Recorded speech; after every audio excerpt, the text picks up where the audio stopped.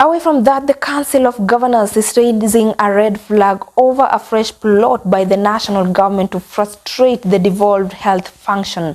The governors' body now says failure to release funds on time has left the provision of health services on its knees.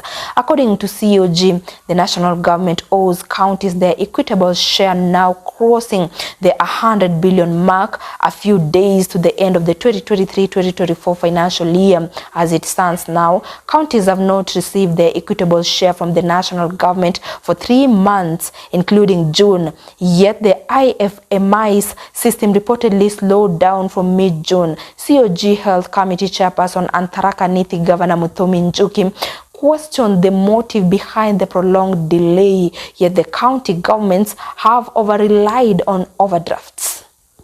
Governors, because I chair the health committee, to clarify some issues that have been very alive in the media for the last 3 days. For the last 3 days, we have seen a deliberate attempt by KEMSA, the national government and their proponents, to try and paint the counties as having been unable to meet their debt obligation as far as drug supply are concerned in KEMSA. Allow me to state the following facts. For one, the counties usually pay their debts to KEMSA depending on the age of the debt. And it's also important to note that there is no county that usually buys from KEMSA upfront.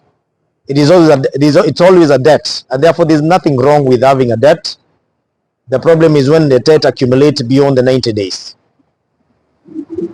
On the issue of the debts that have accumulated beyond the 90 days, allow me to state the following. One, the national government through Treasury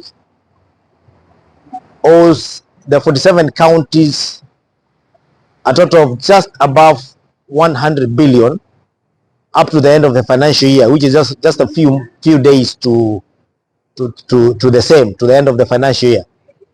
And therefore, most of the counties have paid their salaries.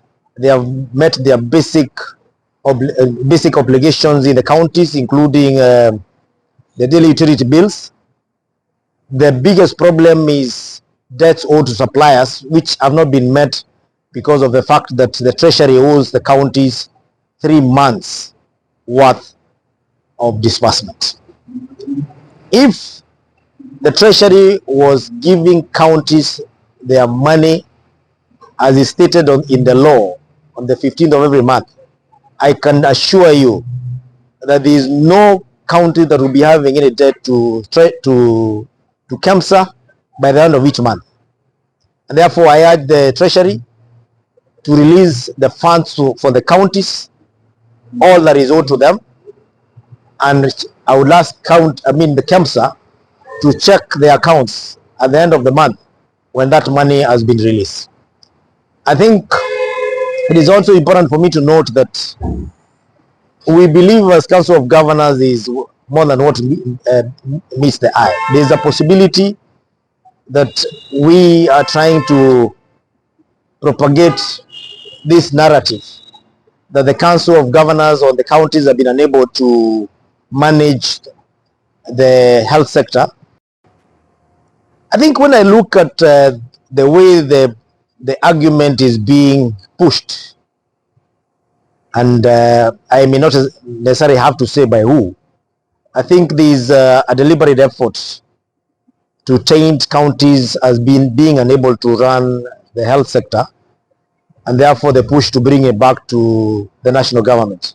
And that is a narrative that can be bought by Kenyans, because Kenyans have seen what is happening in the health space as compared to the time when you did not have devolution or there before.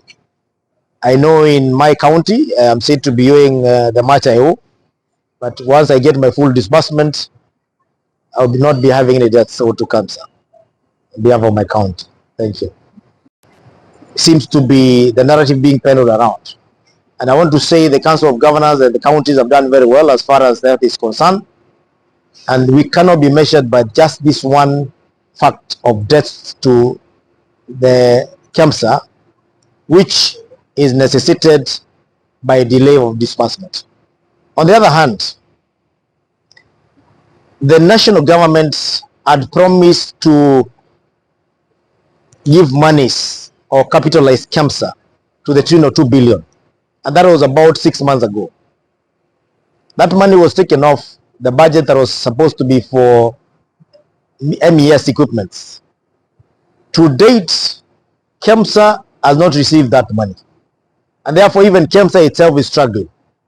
So even when you look at the 3 billion that is said to be owed by the Council of Governors or the counties, let the national government also give the KEMSA the 2 billion so that it will be able to meet the order defer rates that is supposed to be over 70% to ensure that counties have everything that they order from KEMSA. At the moment, it's not everything that they order from KEMSA that is available. And therefore, counties could be having debt also for other entities outside beyond KEMSA that are supplying drugs, or they may have even have paid them. And therefore, it is not only KEMSA that is a source of drugs for the county governments.